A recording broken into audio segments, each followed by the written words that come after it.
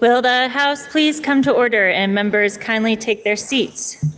We are returning from a recess on Thursday, May 29th at 1:15. During this block of time, members, we will take up the following bills. House Bill 472, Professions and Occupations Related by the Office of Professional Regulation. House Bill 397, miscellaneous amendments to the statutes governing emergency management and flood response, and Senate Bill 69, which is the Kids Code bill. So the order is 472, H397, and S69. So with that, we will take up House Bill 472, which is an act relating to professions and occupations regulated by the Office of Professional Regulation. The bill passed the Senate with a proposal of amendment that is printed in today's calendar, and there are 2 further amendments to consider.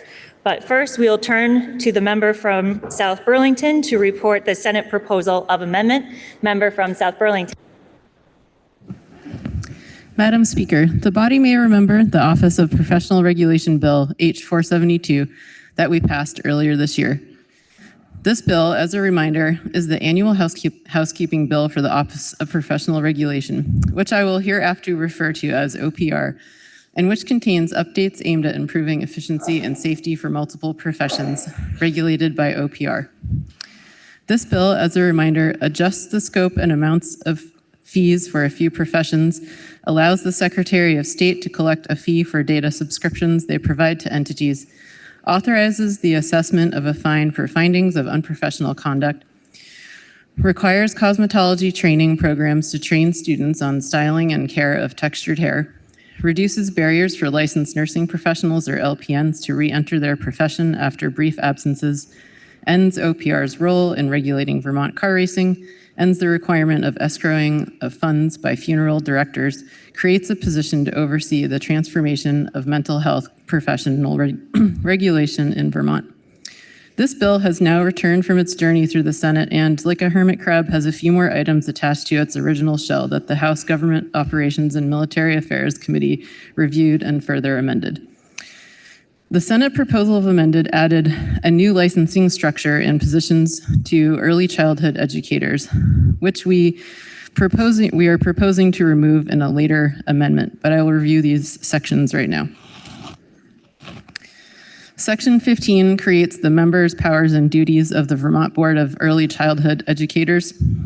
Section 16 includes definitions and licensure for levels of educators and a fee structure for licenses. Section 17 repeals a type of licensure, temporary, and Section 18 makes OPR the regulatory body that oversees early childhood educator licensure.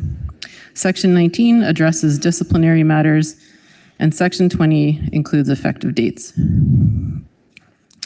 The other additions that we heard include allowing names of victims of professional misconduct to be withheld from the public complaint records for their protection, clarifying and specifying aspects of the House bill, including specifying stakeholders who will participate in developing recommended language to regulate massage therapy businesses, specifying curriculum components for schools of cosmetology regarding the care and cultural significance of textured hair, and adding clarifying language to recertification requirements for the LNAs.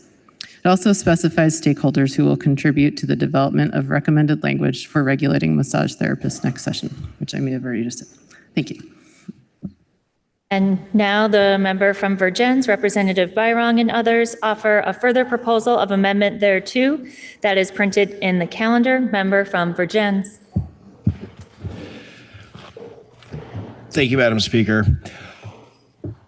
We're proposing multiple instances of amendment to H472. We'll begin with the first proposal of amendment is in Section 12, the Office of Professional Regulation positions. And this is going to remove the word exempt and adding the word classified to the executive officer for the regulation of mental health professionals. Second, as the member from South Burlington noted, is the most notable instance of amendment in the bill. It is removing sections 14 through 18, and it is all of the language in and around the creation of the new licensure structure for early childhood educators. Again, to reiterate, the committee felt that we did not have enough time to take testimony on such a sweeping change to our licensure structure, and creating such a broad and impactful aspects of licensure, education, continuing education, things of that nature. So we look forward to picking up work on that in the forthcoming session, but for now we are recommending we remove that language. Third is the renumerating the effective dates in the entirety by inserting in lieu thereof to the following section 15 effective dates. This act shall take effect on July 1, 2025, except for section 3. Fees, peer support providers shall take effect July 1, 2027. The committee voted favorably to this amendment on a straw poll of 803, and we ask for the body's support. And speaking for the Committee on Appropriations, member from Putney. Thank you, Madam Speaker. Your Committee on Appropriations considered this amendment, and in a straw poll, we approved 1100. The member from Manchester, Representative James, and the member from Dover, Representative Sibilia, offer an amendment to the amendment offered by the member from Vergennes and others. The first assistant clerk emailed this amendment to members at 9:28 this morning. It is also posted on our House Overview webpage, and paper copies are available at the main table. And it's my understanding that this amendment is being offered in lieu of the one in the calendar. With that, member from Manchester. Thank you, Madam Speaker. So in the House Energy and Digital Infrastructure Committee, we've been taking some testimony this year on the extent to which some of our state agencies share and sometimes sell our public data. Our goal is to gain greater transparency around this practice so that legislators and all Vermonters can better understand how our information, even when this data is public by law, is being used.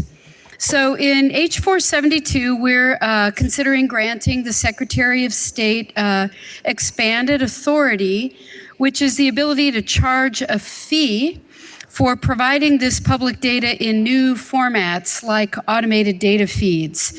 So in this amendment, we're simply asking the Secretary to submit a report to the legislature in December to let us know how this new practice is going. So what we'd like to hear before the next legislative session is how much revenue they're earning, what fee structure that they've proposed, and from what specific data categories. So the Secretary of State's office was very amenable to this request, and we look forward to the report in December. We ask for your support in adding this language to H.472. The question is, shall the amendment offered, members, one.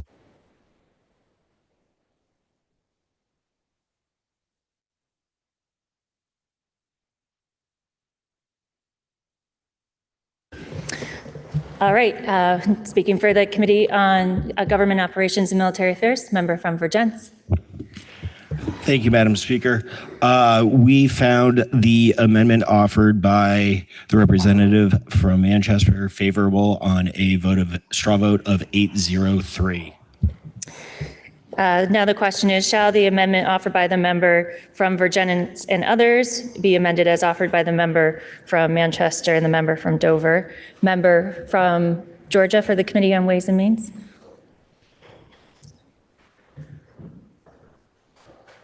Thank you, Madam Speaker. Our understanding is that the amendment just proposed, when approved, will strip out the early childhood educator license sections, and the bill will look very much as it did when we passed it through the House before, which includes a $220,000 impact in the Professional Regulation Fund.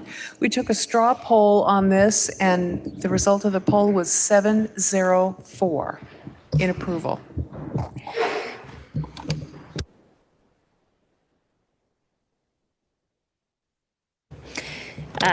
Members, we just want to make sure that we're clear because we have lots of different committee votes here. So the member from Georgia just spoke to the amendment by the member from Virgins and others, and we just heard from the member from Virgins giving the report, the straw poll on the amendment from the member from Manchester and Dover. So we are now on the question of shall the amendment offered by the member from Virgins and others be amended as offered by the member from Manchester and the member from Dover.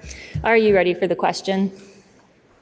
If so, all those in favor, please say aye. Aye. All those opposed, please say nay. The ayes appear to have it. The ayes do have it, and you have amended the amendment offered by the member from Virgins and others. Now the question is, shall the House concur in the Senate proposal of amendment with further amendment thereto as offered by the member from Virgins and others as amended? Are you ready for that question? If so, all those in favor, please say aye. Aye. All those opposed, please say nay. The ayes appear to have it. The ayes do have it, and you have concurred in the Senate proposal of amendment with further amendment thereto. Member from Poultney, can you please offer us a motion to suspend our rules to message our action on House Bill 472 to the Senate forthwith? Madam Speaker, I make a motion to suspend rules in order to message our actions on H472 to the Senate forthwith. The member from Poultney moves that we suspend rules to message our action on House Bill 472 to the Senate forthwith. Are you ready for the question? If so, all those in favor, please say aye. Aye. All those opposed, please say nay. The ayes appear to have it. The ayes do have it, and you have suspended rules to message our action on House Bill 472 to the Senate forthwith. Member from Poultney, can you please offer us a motion to suspend our rules to take up from the notice calendar for immediate consideration the Senate proposal of amendment on House Bill 397, which is an act relating to miscellaneous amendments to the statutes governing emergency management and flood response? Madam Speaker, I make a motion to suspend rules in order to take up off the notice calendar for immediate consideration. H397. The member from Poultney moves that we suspend rules to take up from the notice calendar for immediate consideration House Bill 397. Are you ready for the question? If so, all those in favor, please say aye. Aye. All those opposed, please say nay. The ayes appear to have it. The ayes do have it, and you have suspended rules to take up 397 for immediate consideration. House Bill 397 is an act relating to miscellaneous amendments to the statutes governing emergency management and flood response. The bill passed the Senate with a proposal of amendment that is printed in today's calendar. Member from Virgins. Thank you, Madam Speaker.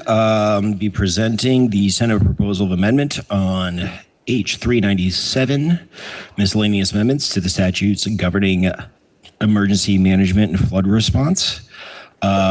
Section 1 amends 20 VSA 3A. This section amends the duties of the Division of Emergency Management to require the division to report annually to House Government Operations and Military Affairs and Senate Government Operations concerning all actions in the All Hazards Mitigation Plan. Section 2 amends 20 VSA, Section 41. This is the State Emergency Management Plan as well. This section amends the requirements for the State Emergency Management Plan to require the division to consult with relevant stakeholders in the preparation of the plan. The Senate Government Operations strike all replaced the House's specific consultation requirement with a general requirement that Vermont Emergency Management consult with stakeholders prior to the adoption of the comprehensive state emergency management plan itself. Section 3 amends 20 VSA 48. It's a community resilience and disaster mitigation grant program.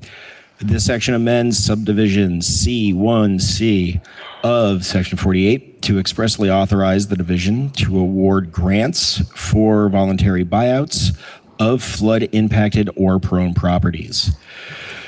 Currently, the division operates and supports a voluntary buyout program. This amendment would expressly authorize the use of grant program awards for the purpose of these voluntary buyouts. Section 4 adds to 20 VSA, Section 51, all hazards and weather alert systems for municipal corporations. This section requires the division, upon request of a municipal corporation, to provide assistance with access to a statewide river observation and modeling system that details flood outlooks and statewide enhanced weather forecasting and alert system. The division has access to both of these resources and is tasked with providing assistance to municipalities that seek to access the same resources. The House proposal to require the division to assist municipalities with the implementation of various flood and surface water monitoring devices. The Senate Government Operations Amendment narrowed this requirement to assist with this access. Section 5 adds session law concerning a needs assessment and a report. This section requires the division to conduct a needs assessment to identify and additionally staff of resources that would be necessary to carry out the duties or authority conferred by this act. The division is required to submit a written report to House Appropriations, House Government Operations, Senate Appropriations, Senate Government Operations on or before November 15th, 2025. Section 6 adds 24 VSA 1585 is an unassigned fund balance. This section authorizes municipalities to establish unassigned fund balances. At the end of a fiscal year, a municipal legislative body shall have the authority to carry forward unexpected funds from the budget approved by the voters. The legislative body is authorized to commit the unexpended funds to an unassigned fund balance. This may be expended for a public purpose. Section 7 adds 24 VSA 1790. This is emergency borrowing for all hazard events. This section authorizes the legislative body of a municipality to approve indebtedness for the purposes of paying expenses or public improvements associated with an all-hazard event or declared state of emergency. The notes or orders authorized by this legislative body, shall be for a period of not more than 5 years or the reasonably anticipated useful life of the improvements. Section 8 amends 24 VSA, Section 1795. This is payments and interest of local debt servicing. This section amends the statute that governs the repayment terms for bonded municipal debt. Throughout this section, provisions are amended to authorize the legislative body of a municipality to choose level debt service for the repayment of bonded debt. Level debt servicing allows the municipality to choose a static level repayment amount for a particular bonded debt. The House removed this proposal in House Ways and Means, and this proposal was added back by Senate Government Operations, and is what was originally proposed as by House Government Operations. Moving forward, Section 19, dam drawdown. This section, emergency powers of the governor to draw down dams. This section authorizes the governor, in consultation with the Secretary of A&R, to waive applicable permits and restrictions under the state water pollution control statutes and Vermont water quality standards in order to allow a dam operator to draw down dam waters. The waivers may only be issued in anticipation of a flood event that is likely to cause substantial damage or injury to persons or property. Prior to issuing the waivers, the Director of Emergency Management must determine that the authorization of an advanced drawdown will decrease the risk of the hazard and/or damage. The Secretary is required to consult with the dam operator for federally licensed sites. Dam operators are required to make every effort to minimize environmental impact. Prior to the use of a waiver and drawdown, a dam operator must have a drawdown plan that is approved by the Secretary of State. The plan must meet minimum standards, including hydraulic and hydraulic modeling of the dam downstream channel.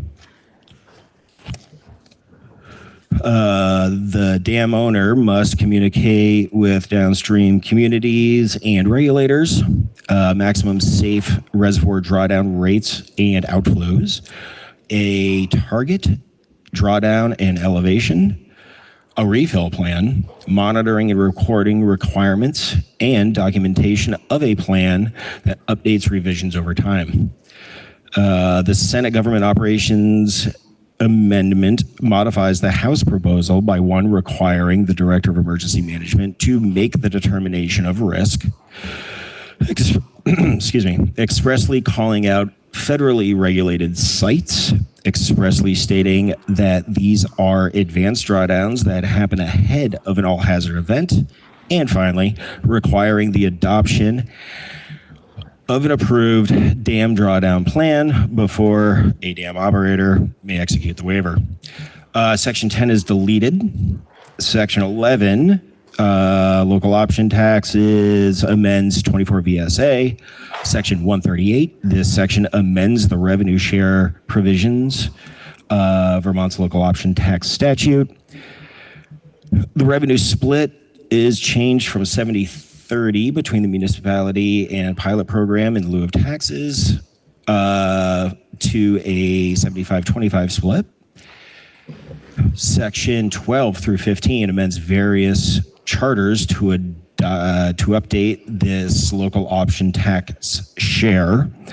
The sections amended the sections amended the charters of the City of Burlington, City of Montpelier, City of Middlebury, Town of Williston to eliminate references to their 70-30 split and instead tie those provisions to general law revenue share, which is increasing now and increasing favorably to the municipality, favorably to 75-25 under this bill. By cross-referencing 24 VSA 138, these charter local option taxes will increase any time the law with local option taxes increases. Division of Emergency Management, Technical Corrections, Section 16 through 19 amend various statutes to correct the name of DEM throughout statute, just adding consistency. Continuity, rulemaking, federal regulations. Section 20 adds 3 VSA 850. This section adds a new section to the Vermont's Administrative Procedures Act in order to preserve federal regulations incorporated by reference into Vermont state agency rules as of January 1st of 2025. Federal regulations that have been incorporated by reference will remain in effect as state agency rule until January 31, 2029, or the time that the state emergency rule is next amended. Please note the section is subject to a prospective repeal in section 28. Repeal 3 VSA 850 January 23, 2025. That is the repeal word. Education fund overpayments and refunds. So section 21 adds session law, to refund the city of Barry $437,028 and the town of Milton $184,451 for overpayments to the education fund resulting from insufficient retention of tax increment from the municipality's TIF district funds. Section 22 amends session law. 2001 Acts and Resolves number 23, section 26A, amending 2020 Acts and Resolves from number 175, section 29, to extend the Barry TIF indebtedness authority to March 31st of 2028. And finally, effective dates. Section 20, Rules and Corporation of Federal Regulations is effective on passage. Section 11, local option taxes. The increase in the local share is effective October 1, 2025. This effective date allows the tax department to prepare for the shift in the revenue share for the ensuing fiscal year. All other sections take effect on passage, not on passage, take effect on July 1, 2025. Madam Speaker, your Committee on Government Operations and Military Affairs by straw poll voted to concur with the Senate proposal of amendment by a vote of 803 and ask for the body's support.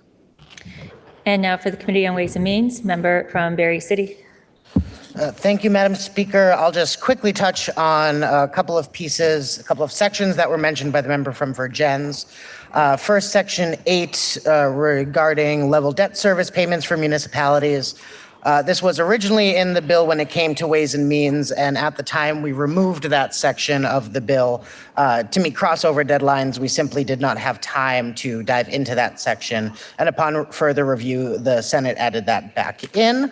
All of the local options tax portions of this bill were as passed by the House. There were no changes there.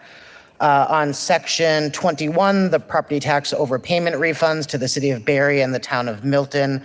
This was a software issue in which essentially the city of Barry and the town of Milton overpaid into the education fund. So there is money being moved around through the general fund to the education fund as to not mess with the yields that we passed in the yield bill earlier this year. And similarly with the city of Barry's TIF district extension. So that being said, the bill would shift approximately $2.8 million of local options tax revenue annually out of the pilot special fund, and the bill would transfer $621,479 from the general fund to the education fund for those overpayments and property taxes to the city of Barry and the town of Milton. And your Ways and Means Committee voted 803 to concur with the Senate proposal of amendment. The question is, shall the House concur in the Senate proposal of amendment? Are you ready for the question? Member from Barry City. Thank you, Madam Speaker. As just a lot of changes were made to this bill over the course of the legislative process. And so I just wanted to point out for members a few items that were originally in H397 that have been passed into law. So the Senate removed the extension of refunds for taxes abated due to flooding to cover the floods of 2024. That passed in the budget. The Municipal Grand List Stabilization Program was removed from this bill, but passed in the budget as well. There was funding for the Community Radio Grant Program, financial support for Urban Search and Rescue Vermont, and money to purchase fire apparatus. All of those were originally in H397 and passed in the big bill. bill. And additionally, the floodplain in Randall Meadow in the town of Waterbury passed in the Capitol bill. So just many thanks to the Appropriations Committee and the Corrections and Institutions Committee. Though this is a very dry flood bill, many of the many of the pieces that were originally in 397 have passed through other vehicles, and I thank the Chamber for their continued support of flood-impacted communities.